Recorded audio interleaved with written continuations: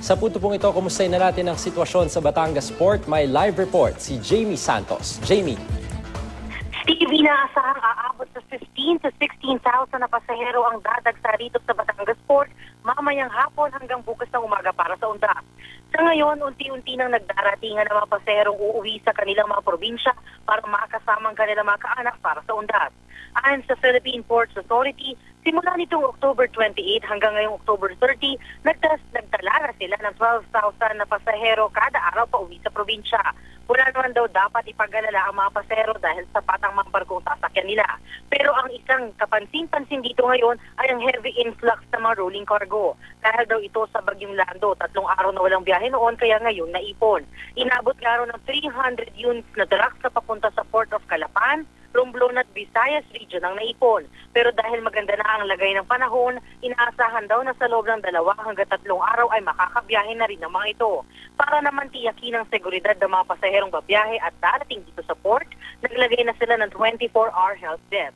Lahat ng pasaherong magkakaaberya o nangangailangan ng tulong pwedeng lumapit dito. Paalala lamang ng mga otoridad para iwas aberya, mahigpit nilang ipinagbabawal ang pagdadala ng anumang flammable materials, patalim, paputok at iba pang maaaring makapinsala sa ibang sakay ng barko.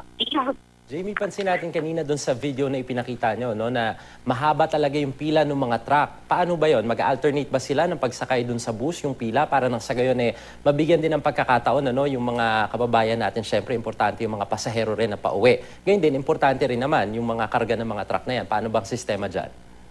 Brother Steve, no, ayon sa Philippine Ports Authority, ang nagiging sistema dito, inuuna nila yung mga private vehicles, lalo na ito yung mga sasakay sa Roro. Tapos, ang susumunod dito, lalo yung mga truck na perishable goods yung laman. At sumunod na dito, ito yung mga para mga pang-hardware o lumber na yung laman. Ito na yung sumunod. Ayon naman dito sa Philippine Ports Authority, nagiging maayos naman yung sistema nila at nauunawaan din naman itong mga pasahero, pati maging nitong mga sakay ng mga truck na medyo magkakaroon lamang silang pag-iintay ng mga 2 hanggang 3 oras para makasakay ng Roro, Steve. Jamie, baka meron pang mga may pasok bukas, ano? Meron pa ba silang masasakyan? Tuloy-tuloy ba ang biyahe kahit hanggang November 1? Yes, Steve, no, ayon dito, no, pati maging doon sa mga shipping lines na nakausap natin, tuloy-tuloy yung kanilang biyahe hanggang mamayang gabi. Actually, ngayong uwian Friday hanggang bukas, dire-diretso kung parang 24 hours yung kanilang biyahe kasi alternate yung oras nito mga biyahe. Halimbawa, may isang shipping line na ang oras ng biyahe niya papuntang Romblon ay alas 8. Ngayong gabi, may yung isang shipping line naman alas 9. So lahat ng uuwi ng probinsya na dito sasakay sa Batangas Port, may sasakyan sila. Tuloy-tuloy yung biyahe. Kamusta naman yung ticketing, Jamie? Mahaba ba yung pila? Meron bang sapat na mabibiling ticket din para doon naman sa mga pasahero na hindi sasakay ng bus, kundi dediretso na dyan sa Pantalan at sasakay ng mga ferry boat? Napansin natin, Steve, no, ngayong hapon nagkakaroon ng medyo mahabang pila, hindi katulad kanina ng umaga na nandito tayo, na mabilis lang nakakabili ng ticket yung mga pasahero narating dito na ngayon lang kukuha.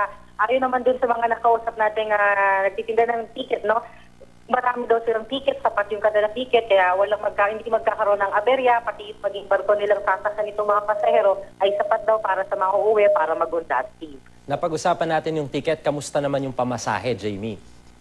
Ay, Steve, good news na rin dito sa mga uuwi, no? Pasok pa rin sa budget nila dahil walang pagtataas ng presyo sa pasahe sa barko, maging sa fast craft. Tapos yung mga senior citizen at yung mga estudyante, ipapakita lamang nila yung kanilang ID at may discount sila, Steve. Sana nga masunod yan, ano, hanggang sa mga susunod na araw. Maraming salamat, Jamie Santos.